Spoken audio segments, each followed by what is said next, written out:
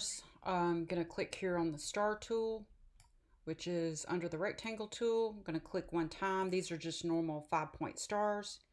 I'm using the 40 pixels, and I actually have this set to inches. But it's really just a basic star, and I have no idea why it makes it so huge. So I'm going to obviously bring that down to size. What we're going to call a tiny star. Holding down shift every time that I size it. I'm holding down shift so that it constrains the proportion. It doesn't stretch it in any kind of way. And you can kind of see this is a pretty straightforward star. You can drag it from either one of the points in Illustrator. I'm going to option drag, and that makes a copy of it. Hold down shift. Oops. Hold down shift to bring it into place where it is, and then I'm option drag. And then I'm just going to go ahead and do all the stars at one time. I'm just putting the stars where they have them. I'm just trying to recreate this as exact as possible. You can see that this needs to be rotated. If you hover around the outer point, it will actually rotate for you. No need to use the rotate tool. Option drag to make it duplicated. Bring that, option drag, bring it over here. I'm going to option drag. Once it gets so small, it's very hard sometimes in Illustrator to control what it's doing because it's so small. Might have to zoom way in on it to get the points. Get it rotated into its spot. I'm not sure why they're all rotated around like this. Moving around on the paste board by using my space bar. Okay, then I'm going to, I wonder if these are mirrored. Let's see, I'm going to option drag this one. I'm going to option drag this one. I'm just putting them pretty much where they are. Well, exactly where they are, kind of exact, not exact. Okay, I'm going to go ahead and do the strokes next. I'm going to get the line. I'm holding down shift at the same time so that I keep the line from going off to one side. You just holding down shift. I'm just going to go ahead and eyedropper this. This is the way I do it, and then I flip it. All right, and then I'm going to option drag that down here so that I have two of those. I'm going to go ahead and do the 100%.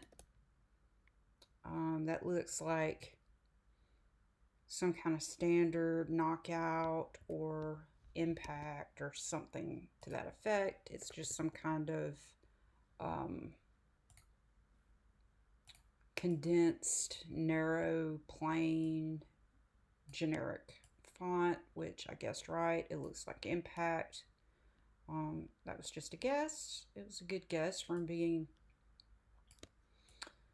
guessing fonts for a lot of years. All right, so the next thing that I'm going to do is, and again, I'm using my layers just to turn on and off and see where I am. And you can kind of see that I'm missing a stripe up there, so I've got to put that in, but otherwise I've got a pretty good amount of it. I'm going to go ahead and put in this inside circle. One thing that I do a lot of times is I'll just eyedropper the color that I'm going to use, and then I'll just flip it so that I know that I have it there.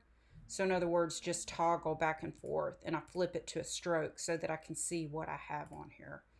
Same thing with this. You can just eyedropper the color, so that way when I turn off this, I kind of know which part I've already done. And I know that there's another stroke inside here. A lot of times I'll just turn this off but stay on this layer. I'm going to just put another layer on there real quick because I'm trying to get this outer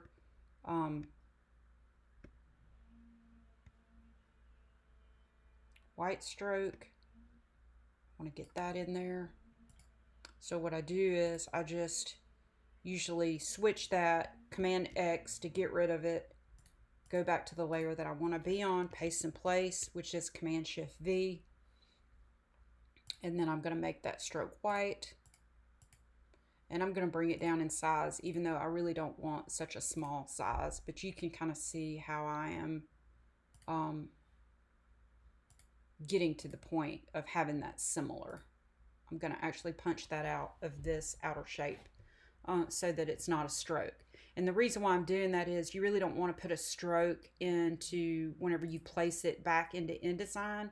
If you sized everything down, sometimes these strokes, if you don't have your setting done properly, you'll scale this down and the stroke will remain really fat, like a big fat stroke, and it just messes everything up.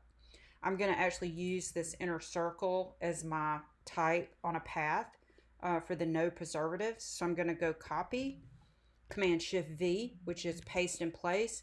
And so the reason why I did that is in Illustrator, whenever you go put type on a path, it makes the path actually disappear. And because I want to have this circle as a filled circle, I want a whole nother path. I don't want it to be connected to this circle right here that I'm going to end up punching everything out of. So I have a second circle. I'm going to get my type tool. I'm going to go type on a path. I'm going to click on the path and you can see it light up. And it's, let's see, I'm going to have to make it tiny because this is so small. Let's see, no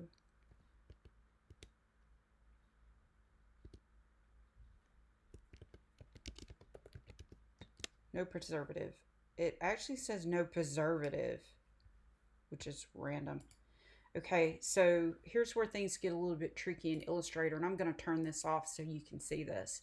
You can see that I've put no preservative, and this right here is the end of the path and the beginning of the path. And it's hard to click on. You can see that when I hover over it, it actually, like, you can see the tool turning to when you can grab it and when you can't grab it. So this is a little bit of a trick. Most people know that have used Illustrator for any time whatsoever that this tool is very finicky and it doesn't really work great. This down here is the center point of the type. I have no idea why it puts it where it puts it. I've been doing this for 32 years and I have no idea why it puts it there. But what I do is I put it in there, what I want to say, I change it to center, then it centers it upside down. Then the first thing that I do is I pull my bars to the end of the word so that I have one of the bars at the beginning, which is over here, and one is the end, and then this is the center. Then I'm going to drag this bar all the way around.